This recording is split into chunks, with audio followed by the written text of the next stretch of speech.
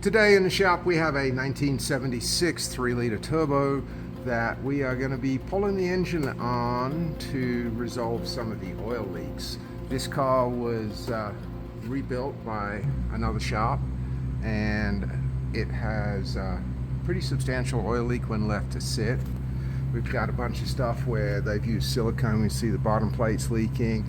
Got some oil coming out of my front seal area that I need to look at. One of the biggest leaks is coming from the oil return tubes. I'll show you on this one because it's easier to see. You see where they've used a bunch of this white silicone stuff that should never be used on these engines ever. And on the other side, where it's a little bit harder to see under the exhaust, it actually stopped the O-ring from going in deep enough, and when the car sits and the oil tank bleeds oil back into the engine, fills up and just pours out the oil return tube. So we can't really just go and fix this stuff like I normally would, because I'm scared if I break a piece of silicone loose that it's now going to float around inside that motor. So more than likely we're going to be pulling the whole engine down to clean out the work from the last guy.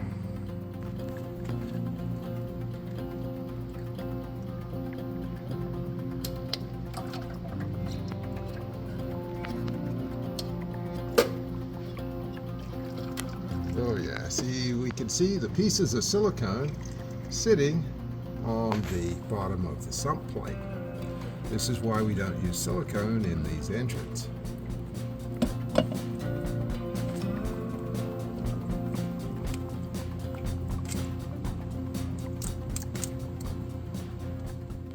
So this is one of the big reasons why we don't want to use silicone in these motors. Is we can see these big chunks on the bottom of the pan here where they've broken off and are floating around the motor, and who knows how much of this stuff has actually been circulating through the engine now.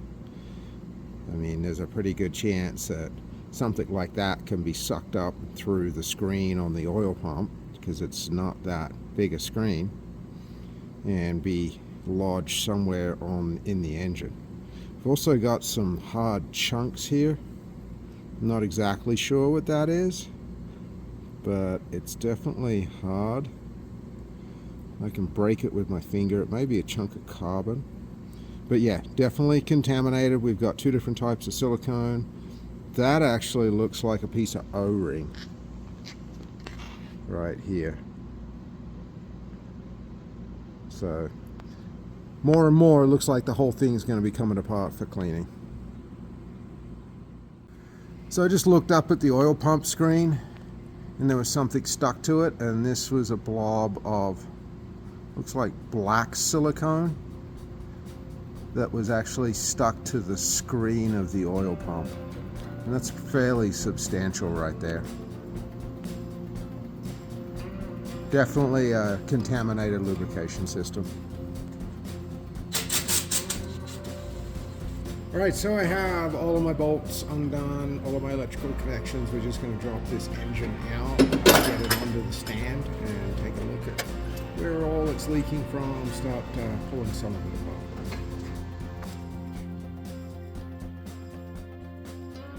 So next I've got to pull the transmission out so I can get my engine stand on the back and get the engine up on my stand. So this car was built by parties unknown and has less than 1,000 miles on it. But just even trying to take the throttle linkage off, we can see here that the bushings in here are non-existent. So every time I'm pulling the car down, I'm assessing what's going on, what parts I'm gonna need, and it kind of gives me some insight into how this thing was put together. So as we start to pull this down to look at oil leaks, we start seeing other things, like they've used the wrong hose right here, where this line here is completely pinched shut.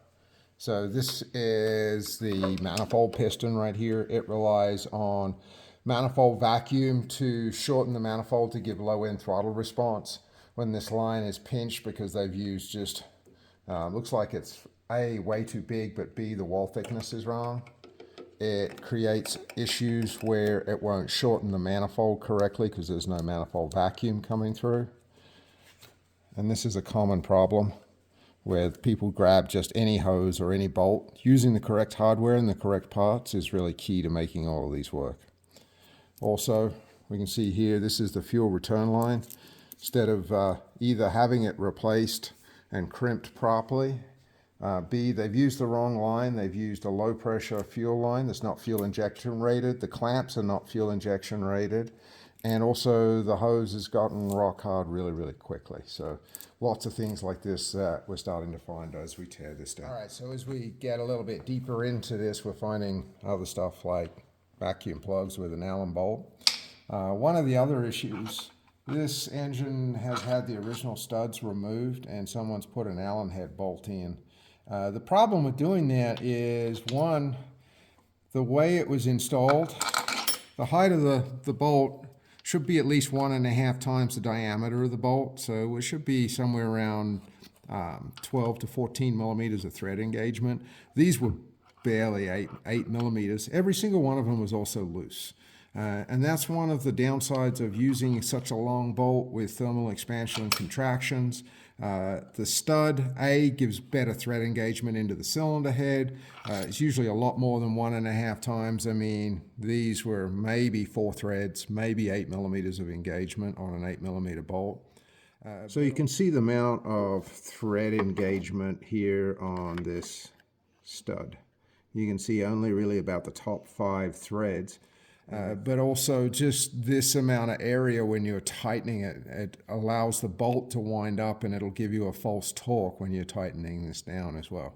So just kind of more signs of whoever was really working on this wasn't really understanding exactly what they were doing. I mean, simple things down to the wrong hose clamps being used here. I know it seems like such a small thing, but all of these add up and they point in a direction of what's been going on inside the engine. So here's another issue with using Allen head bolts that are non-plated. I mean, these are a high strength, probably a 12.9. I can't see the head markings. But when they're just black oxide, you can see here we got a lot of corrosion starting up. So another issue with using these. That's going to affect the intake manifold as well over the long term.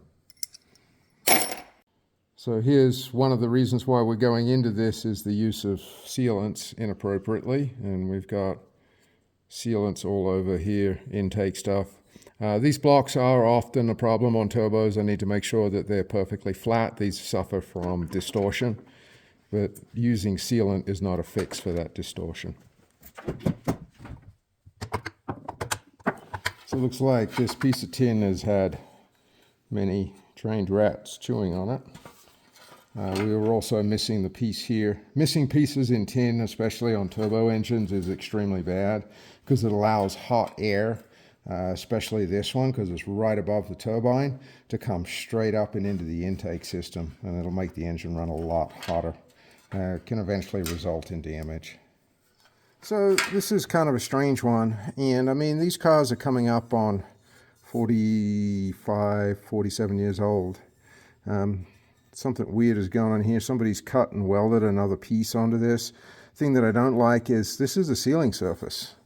And there's no way that this thing was sealing at all with a pipe that looks like that. So that equates to a boost leak and an intake leak. So this is a problem that we've known about for a very long time now.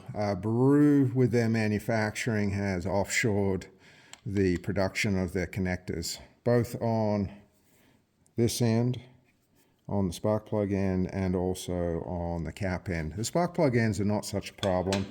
Cap ends, the problems that we face with these is this is physically, the casting, the plastic injection molding is physically too big. And so what happens is when you go to push it in, it won't actually go in far enough to correctly contact with the copper down in there. Now, there's 2 ways to deal with it. I have taken an 8.5 millimeter ream and I've reamed these, not the best solution. Usually what I'll do is I'll take the original wires, the original Barus, and just measure the resistance on these end caps. If they're 1K plus or minus 10%, I'll switch them over, use the new wires, because the wires tend to be where the problem area is. The coating gets hard, brittle, and cracks and leaks. But if the resistor is good, I'll transfer it. The other option is Parts Classic has available 1K connectors that actually do fit nicely into the cap. So that's another option too.